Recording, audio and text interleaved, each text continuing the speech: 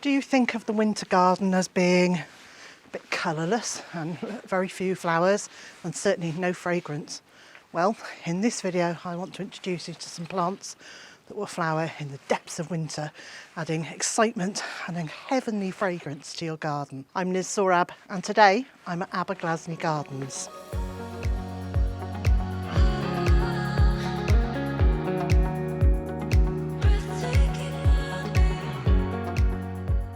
Lots of superlatives, a bit of hyperbole today because I came to Aberglasney last Sunday and I was so impressed by how many winter flowering plants there are here. So I thought I would bring my camera and share some of this with you.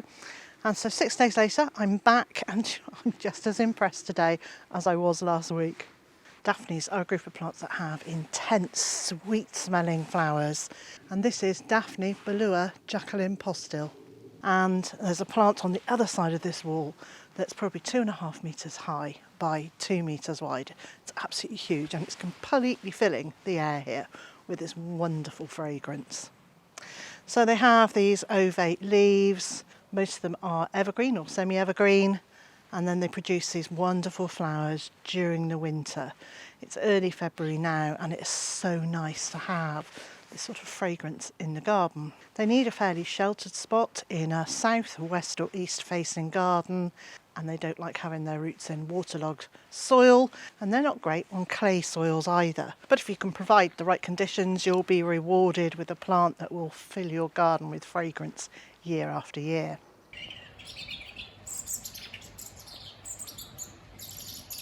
And this is Sarcococca confusa. The tiny little, almost insignificant white flowers have an intense fragrance and they are followed by black berries. The berries themselves are inedible, but no doubt some birds like them. This is an evergreen shrub, so it will give you some interest all year round, and during the summer months it's a great backdrop for herbaceous perennials. And here is another display of the Sarcococca confusa. So actually this is not all one plant. I can see there's one here and there's one there, and I suspect there's another one further back there. But between the three of them they make this wonderful display, and the scent and the fragrance in the air as you walk through here, it's just delicious. But you can prune it to keep it contained within your allotted space for it. And this is Pyrrhus japonica bonfire.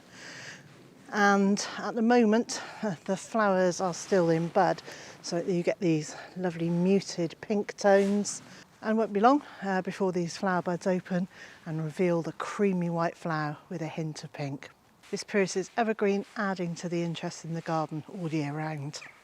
During the winter, even the framework of your plants, the stems and the branches, can have impact and structure in your garden. So this wonderfully twisty, twirly plant is a wisteria. This is climbing up one part of an archway that's actually an arch tunnel. But I love how there's these layers that come out, and they're soon going to be covered all in leaves and flowers. And this lovely evergreen shrub, these beautiful little flowers, so they come in clusters of flowers. So they range from the creamy pink buds through to white and pink flowers, all different colours on one little cluster of flowers. And the flowers are fragrant, which means to me this shrub just wins all round. This tree has flower buds that are just opening on the bare stems, and the little tight buds are opening to show deep red, very dusky red flowers, and they smell almost not quite a sandalwood. It's really hard to describe smells, but it's a very musky, it's going to be very heady, the smell of this. So if you have space for a tree with winter interest, Parotia persica would well be worth considering. If you're enjoying this video, please give it a thumbs up and also subscribe to the channel. It really does help me if you let YouTube know that you're enjoying my videos. And here's another Daphne. Sadly, there's no label on it, and its fragrance is somewhere between lilac and hyacinth. And as I'm talking to you, a robin has just landed on top of my camera, and maybe, are you going to come and talk to me? I love it when this sort of thing happens. For most of the year, Cornus mass is just a fairly unassuming green leaf plant. But at this time of year, when all the branches are bare, it really comes into its own. It gets smothered in these little tiny yellow flowers. Individually, they just add a tiny pop of colour, but en masse like this, well, they're really spectacular. The flowers don't have a strong scent, but what they lack in fragrance, well, they certainly make up for in cheeriness. And this one looks like Daphne Adora Warburton, and I think that because of the slightly paler margins around the edges of the leaves. Whichever one it is, it's smelling absolutely wonderful. Hamamelis, or witch hazels, are wonderful at this time of year. So some of them will flower earlier in the winter and some a bit later on. So this is a beautiful acid yellow with really quite neat short petals. They're like ribbons that hang down. And I'm looking at a sign that says it's Hamamelis intermedia Arnold Promise. These clusters of flowers are really close together. It's quite a compact flower head, but there's just masses of them. I really like this. It's very similar to Hamamelis mollis, which is the one I have in my garden, but I think the petals on Hamamelis mollis are actually slightly longer than these. This pair are very neat, round shrubs are Skimmia, Skimmia japonica, and I think one of the most well-known ones is Fragrant Cloud, and it's loved because of its strong fragrance. This one is Skimmia japonica Red Riding Hood. The flowers do have some fragrance, but the thing it's growing for most of all is this amazing display of bright red berries.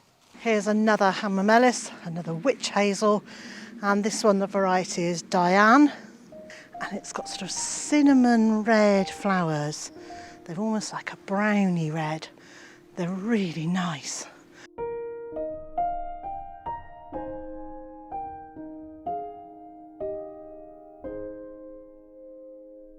This is Mahonia, almost instantly recognisable from its leaf shapes, and they're spiky. So this will have been in flower earlier in the winter, and one of the very common bright yellow ones is called Winter Sun, but there are others that are more of an orangey colour to it. So these would have been the flower stems. Really nice for some colour, and they have the most incredible honey smell to the flowers. So as you're walking around, you get this real hit of honey in the air. They're relatively unfussy about the position and the soil that they're in, and they're very happy growing in partial shade. And this slightly prehistoric looking plant is Edgeworthia chrysantha, and it's actually up on a raised bed, which is a great way to sit because you can look up into the flowers. The flower heads are slightly stiff and facing downwards, but that gives us a really good view from here of the really beautiful yellow petals. They grow into quite large shrubs and lose their leaves during the winter, so you can just see all the stems and see the shape of it, and then as spring comes and the leaves appear, then it just becomes a sort of fairly insignificant plant in your garden, but that makes it the perfect foil for other star plants, herbaceous plants that could flower next to it and around it during the summer, die back in the winter to reveal all this lovely structure once again. And here's another Edgeworthia. This time the variety is Red Dragon, and the petals are not quite red, they're orangey red, but they're certainly quite fiery in colour. By no means is this an exhaustive list of winter flowering plants. I haven't even begun to talk about some of the herbaceous plants or the bulbs that are available at this time of year. In fact, you can see behind me a fantastic display of snowdrops, and there are a few daffodils in flower as well. And as winter gives way to spring, there'll be more and more bulbs, more and more flowers to come and see. But I hope this has given you some ideas and some inspirations to find out which plants will grow well for you in your area during the winter.